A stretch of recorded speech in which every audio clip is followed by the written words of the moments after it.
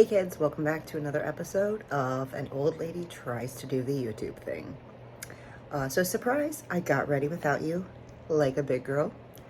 Yep, still trying to keep my eyes on that little camera light and not the actual face in the camera. So today I got to do a bunch of stuff around the house. We just got back from a 2-week trip to go see my kids' graduation from medical school, which was absolutely wonderful and amazing. We actually drove, and while it was long and uncomfortable, because again I'm old, it was really great. It was wonderful to see them, get their diploma and actually be able to call them doctor for the first time. It was great, but we've come back to basically chaos. I don't know, blah, blah, blah, it's chaos. So I'm gonna go get some breakfast, and then I'm gonna find my train of thought, reel it back into the station and get it on track. Hopefully what we're gonna see today is cleaning up my office. I don't know, you'll see what you see. I don't know, I don't wanna speculate, because who knows what the future holds. Anyway, blah, blah, blah. I'm gonna get some breakfast. I'll see you in a bit. This is my bedroom. Isn't it delightful? We've been in this house about 3 years. Actually, just past 3 years, now that I think about it. We were supposed to close, and I was in the hospital busy dying. So we moved in just after I got out of the hospital from, the sepsis. So we've done some redecorating, but not a lot. And it is frustrating to me because I really want my house to look like a grown-up lady house. But I have to remind myself that a lot of it is due to the fact that I was trying to learn how to human again. We're gonna make the bed, fold some laundry, do some more laundry, and tidy up in here. So I don't know what we'll talk about. Maybe it'll just be me spouting off nonsense. Maybe it'll be sped up and there's cutesy music in the background. Let's go. This thing allegedly only weighs 20 pounds, but it feels like a dead body when I have to move it. Okay, we're gonna move because this camera angle isn't working for me. Stay tuned. Okay, kids, we're back. Wasn't that a fun break? I hear him tippy-tapping his way in. He likes to make changing the sheets as difficult as puppily possible.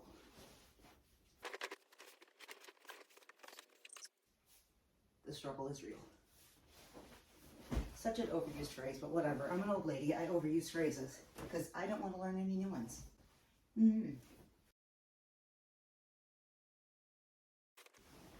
This is my favorite part. Slowly but surely. Most things in my life lately are slowly but surely. And that's fine. Okay, so this is my crap area. The land where all the random things end up. So I'm gonna try to make as much extraneous noise as humanly possible so that this is a professional, delightful, seamless YouTube viewing experience for you, dear viewers. Because I myself am the queen of editing and sound effects.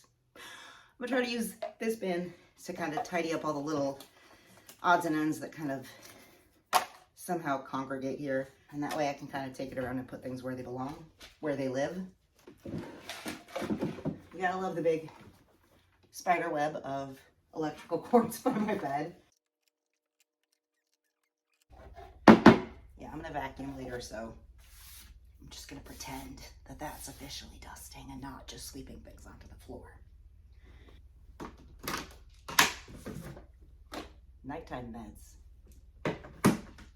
I have an identical one for daytime meds because yes, that's how many meds I take.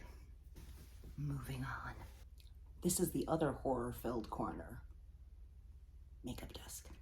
I hate putting away laundry. This is a struggle. Good Lord, how many times can I say struggle? I grew up in a family. Oh, this is delightful. Tell me I didn't. But finally, Prince is displayed in an area befitting his stature. If you don't like Prince, then you're wrong, and you can fight me about that in the comments, but you'll lose, so there's that. This area I find really hard to keep clean. It's a flat surface, and that's never good for me, but There's just a bunch of stuff in here that kind of ends up on this dresser, and I'm not sure why. I suppose if I put something bigger on top of it, like a TV or something, it wouldn't get so cluttered, but I don't want a TV in here. So yeah, this is the way it is right now. So we've got to tidy up all this crud. Not everybody can be as delightful and engrossing as I can be. I think what I'm going to do is just put all the jewelry into this one, the one that I just tossed. And that way I can put that away at some future point. But I can feel accomplished.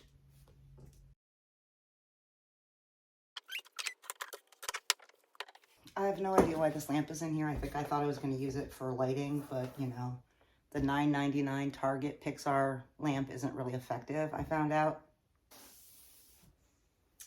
And we're going to call that good enough for government work.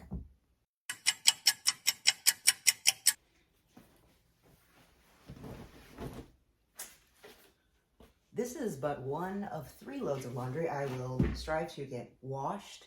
Good Lord. So the running theme here today is that I think I'm recording for like a good 6-7 minutes in an actual stream of consciousness that's coherent mostly and with as few verbal errors as possible and as few interruptions from the dogs. And then I realize I'm not recording. So we're going to backtrack.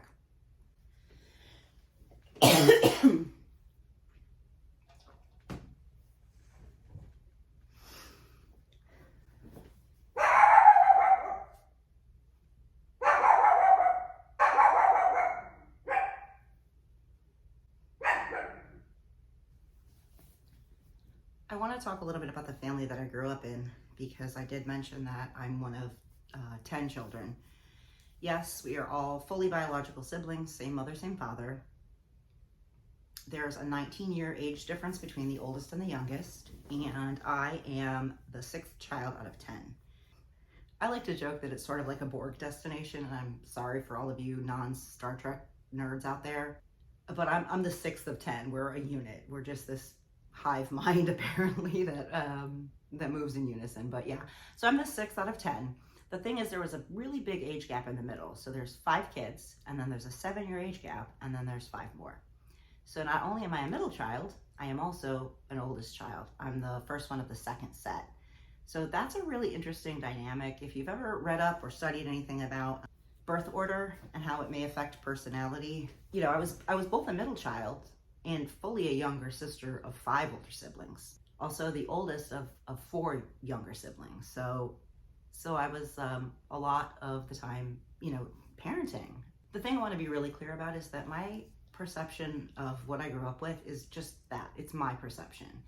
So my reality is different than the other 9 children that grew up in that family. Everybody's got their own story to tell and their own version of even common events that we remember. So I never want to act like or intimate that I'm speaking for my siblings, because I'm not. I was born in 1974. I was growing up at a time when, you know, my mom was a stay-at-home mom and my dad worked, but he didn't make a lot of money, obviously. And we weren't poor, like cutesy poor, like, oh, we have to struggle to get by, but we're in it together and everybody, you know, works together and gets what they need. No, it wasn't like that at all. It was, we struggled with food insecurity and hunger. We were abused physically, mentally, psychologically, emotionally. It was just a really terrible way to grow up. So short side note, I spent more than 25 years in therapy between myself and raising my children. And I've learned really well to put that in its place and to look at it with perspective that I have now as an adult. Really started thinking about her as a human being, as a wife, as a mother, as a woman in the world. And I have a lot of empathy for her as a woman and as a fellow traveler on the earth, I guess you could say. It doesn't excuse what they did, and it certainly doesn't mean that I'm coming to their defense about anything. It was demonstrably bad, just patently, prima facie, bad. So yeah, I think that the reason I started telling the story, you know, one of the times when I was actually lucid and coherent, but not recording, I personally experienced a lot of parentification growing up.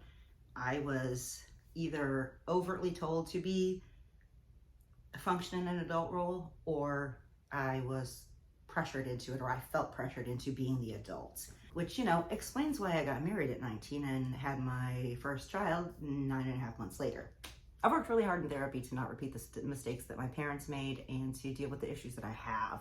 I know that my uploads have been inconsistent, to say the least. I do feel like I've gotten a better handle on not just the technical aspects, because I've worked so hard to become slightly more proficient, but mostly on content, on things that I want to talk about. I think what I'm going to be doing is just, I don't know, whatever I want essentially, but I want to talk about a few things. I want to talk about the way I grew up and how I think that some of those parenting traits or dysfunctional things that I grew up with affected me, and how I either learned to do something better in terms of breaking some of the bad behaviors that I grew up with and some of the toxic traits that I absorbed and had to unlearn. I had to learn what else I was going to do, how I was going to replace this negative behavior, this negative impulse with something else. And I had to figure out what that something else was and work to implement it and, you know, have it become a routine and a pattern so that it would become a habit and it would become the norm for me. Good God, I hate folding laundry. I want to talk a little bit about that and internet culture and things that I see happening, and hopefully give it somewhat of a fresh spin. But I do watch a lot of content creators, and my struggle has been not to imitate those people or to kind of ape their content. It's one thing to be inspired by somebody, it's quite another to try to like replicate what they're doing. I'm the kind of person where if I'm around you long enough, if you've got a strong accent, I will pick up on that and it will come out of my mouth unbidden. I finally come to kind of a better idea of how I want to speak about things, and speak about things as if I am fancy. The way in which I want to use my voice and the things that I want to say. I've spent the last week or so journaling and getting some outlines ready for some new, sort of more in-depth videos. So those will take a little bit longer to produce, obviously, because I'm me. So what I'd like to do is try to get to at least one kind of short update video, sort of like this, hopefully something more interesting than folding laundry. You know, bear with me, keep your fingers crossed, pray to the deity of your choice. You can really tell that my medication is wearing off. Stick with me. I've got some things in the works that I'm really excited to do, and now that I've got fewer technical difficulties, I feel like I'm in a good spot. No, that's what I'm planning to do going forward. This has been like so super exciting. Can't believe y'all aren't, you know, just passing out from the sheer joy and fantastic nature of this fabulous video content. Anyway, guys, that's it for today, I think, most likely, because I do want to get this edited and put out so that it's put out there and it's not lingering in my editing holding pattern of doom for too long. Leave this video a thumbs up if you liked it. If you didn't, by all means, thumbs down. Leave a comment. You know, do all of the things for the algorithm. Boogity boogity. I appreciate it, guys. Thanks very much. This has been another episode of An Old Lady Tries to Do the YouTube Thing. Thanks very much. I'll see you later. Bye.